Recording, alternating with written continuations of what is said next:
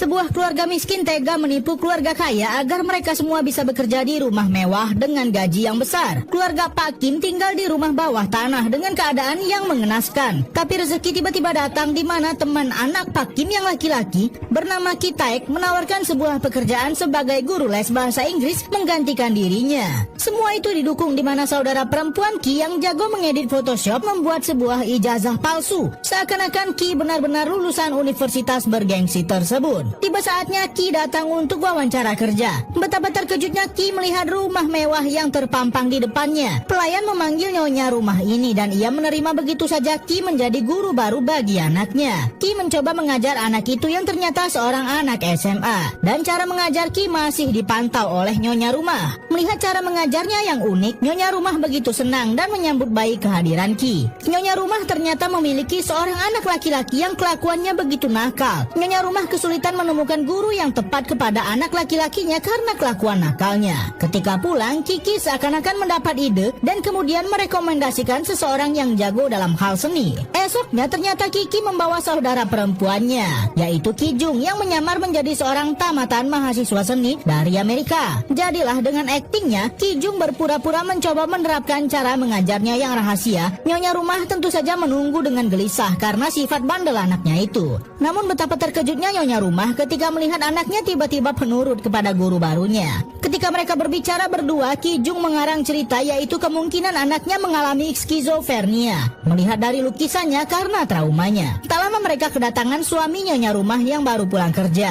Ia meminta sopirnya mengantar Ki Jung untuk pulang. Karena Ki Jung cukup cantik, ternyata sopir bapak itu tertarik terhadap Ki Jung dan memaksa ingin mengantar Ki Jung sampai ke rumah. Namun dirinya bersikeras menolak tawaran tersebut. Ki Jung kemudian mendapatkan ide berlian. Karena tiba-tiba ia melepaskan celana dalamnya sendiri ketika sopir itu sedang teralihkan. Malam ketika suami nyonya rumah akan pulang, ia tidak sengaja menemukan ada sebuah celana dalam tergeletak di mobil. Tentu saja ia mencurigai sang supir, namun ia tak mengatakannya secara langsung. Suaminya pun kini meminta istrinya untuk memecat si supir dengan alasan yang lain. Dan tentunya percakapan mereka didengar oleh Ki Jung yang membuat ide tersebut agar bisa memecat si supir. Ia kemudian berpura-pura seakan baru datang dari atas. Ketika pulang, nyonya rumah bertanya soal supir kepada Ki Jung karena dirinya sempat diantar pulang oleh supir itu. Ketika itulah Ki Jung yang kemudian memberi rekomendasi seorang supir yang kompeten dan sudah berpengalaman bertahun-tahun menjadi supir. Ternyata Ki Jung ingin memasukkan ayahnya bekerja di rumah orang kaya itu. Jadilah akhirnya sang ayah pun kini berhasil masuk menjadi pegawai di rumah tersebut. Kali ini Ki Jung mendapat ide kembali untuk menyingkirkan pelayan rumah itu yang sudah lama bekerja di sini. Tiba-tiba saja ketika Kiki mengajar, anak si nyonya rumah mengatakan bahwa ia ingin sekali makan buah persik. Namun buah itu terlarang di rumah ini.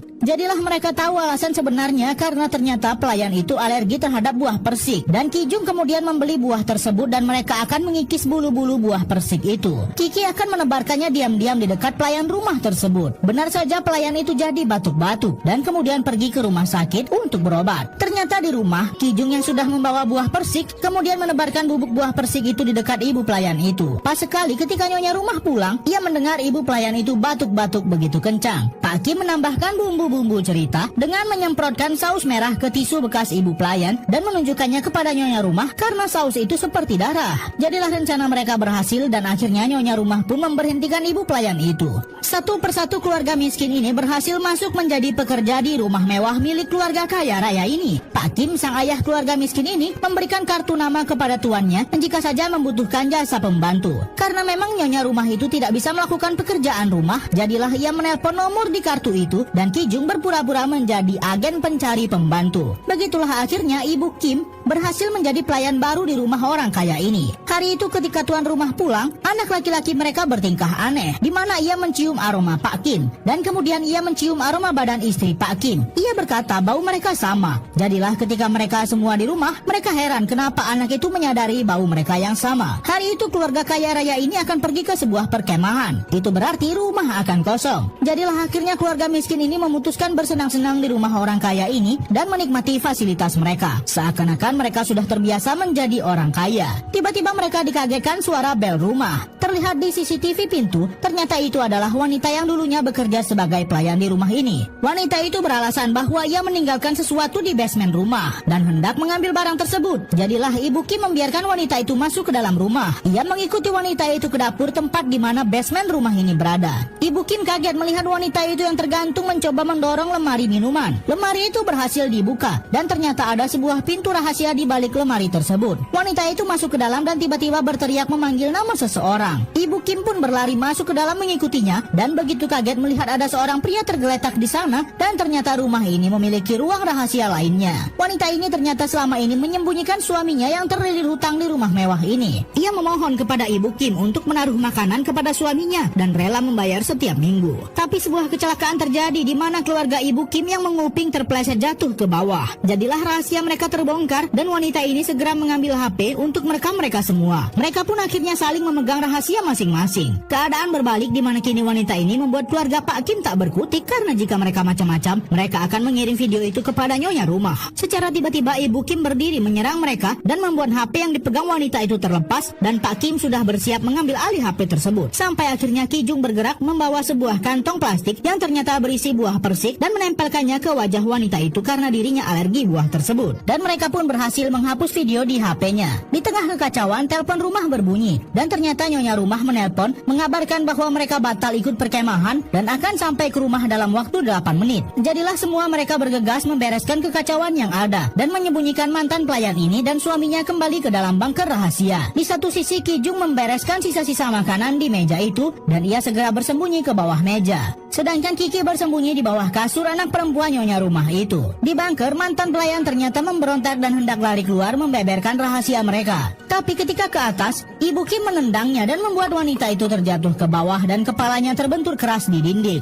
Pak Kim kemudian mencoba memasukkannya kembali ke dalam bunker dan menutup lemari itu. Di satu sisi, suami mantan pelayan itu menekan tombol yang ternyata terhubung dengan lampu di rumah ini. Pak Kim kemudian mengikat pria itu agar tidak bisa bertingkah mencurigakan. Keluarga Pak Kim satu persatu keluar dari persembunyian mereka ketika mereka semua sedang teralihkan. Dan mereka semua bersembunyi di bawah meja di ruang keluarga. Kedua suami istri ini akhirnya tidur di kursi itu dan tiba-tiba sang suami berkata, ia mencium aroma tubuh Pak Kim. Ia mengatakan aroma tubuh Pak Kim seperti bau orang miskin. Dan di bawah meja itu Pak Kim mendengar semua kalimat-kalimat yang merendahkan yang diucapkan oleh tuan rumah. Akhirnya suami istri itu tertidur dan mereka semua harus segera keluar dari sana diam-diam. Rumah mereka yang berada di bawah tanah tentu saja hampir tenggelam. Ditambah jendela rumah mereka tidak bisa tertutup. Di tempat berbeda, mantan pelayan itu sudah terbangun namun dirinya kemudian muntah-muntah. Ia merasakan ajalnya sudah dekat karena kepalanya terbentur keras. Suaminya yang terikat tidak bisa membantu dan akhirnya menekan tombol lampu dengan membabi buta mengirim sebuah kode Morse yang ternyata dilihat dan dimengerti oleh si bungsu keluarga kaya ini. Sedangkan keluarga Pak Kim harus keluar dari rumah mereka mengungsi bersama para korban banjir yang lain. Pagi itu tiba-tiba Ki Jung, anak perempuan Pak Kim, mendapat undangan dari nyonya rumah untuk hadir ke acara pesta dadakan yang diadakan karena dirinya adalah guru seni bagi anak bungsunya. Anak perempuan nyonya itu juga mengajak guru les bahasa Inggrisnya yang adalah anak laki-laki dari Pak Kim untuk hadir juga di acara pesta dadakan itu. Pak Kim sendiri harus menemani nyonya rumah belanja keperluan pesta itu. Dan ketika mereka akan pulang, dengan gaya orang kaya, nyonya Pak Kim menaikkan kakinya di atas bangku di depannya. Lalu tiba-tiba wanita itu mencium ada bau tak sedap di mobil yang berasal dari tubuh Pak Kim. Pesta akan dimulai di mana Pak Kim juga diminta memakai atribut suku Indian untuk memberi kejutan. Namun Pak Kim kelihatan keberatan dan tuannya memarahinya karena dirinya sudah digaji begitu besar dan tidak boleh mengeluh. Di satu sisi, Kiki, anak laki-laki Pak Kim, diam-diam mencoba ke bawah tempat mantan pelayan dan suaminya disekap. Hampir saja kepala Kiki dihantam dan ia berhasil kabur keluar. Namun tali di lehernya menyangkut dan ia terjatuh. Bapak ini kemudian keluar membawa pisau yang ada di dapur. Pria itu bergabung dengan orang-orang kaya yang sedang berpesta dan tidak menyadari kehadirannya. Pria itu kemudian berlari menusuk pisau itu tepat ke dada Ki Jung. Pak Kim mencoba menyelamatkan anaknya yang ditusuk. Tuan rumah ini mencoba mengambil kunci mobil yang tertindih, namun ia menahan nafas karena bau busuk dari tubuh pria gila itu. Pak Kim melihat hal itu membuat emosinya terpancing. Berlari menusukkan pisau itu ke tuannya sendiri. Ia kemudian lari kabur dari rumah itu. Setelah kejadian itu, Kiki anak Pak Kim ternyata masih sadar, namun dia jadi tertawa terus akibat saraf di otaknya. Ibu dan anak ini diadili, namun mereka beruntung bisa lolos dari masa percobaan. Kijung sendiri tewas setelah kejadian dirinya ditusuk di pesta mengerikan itu.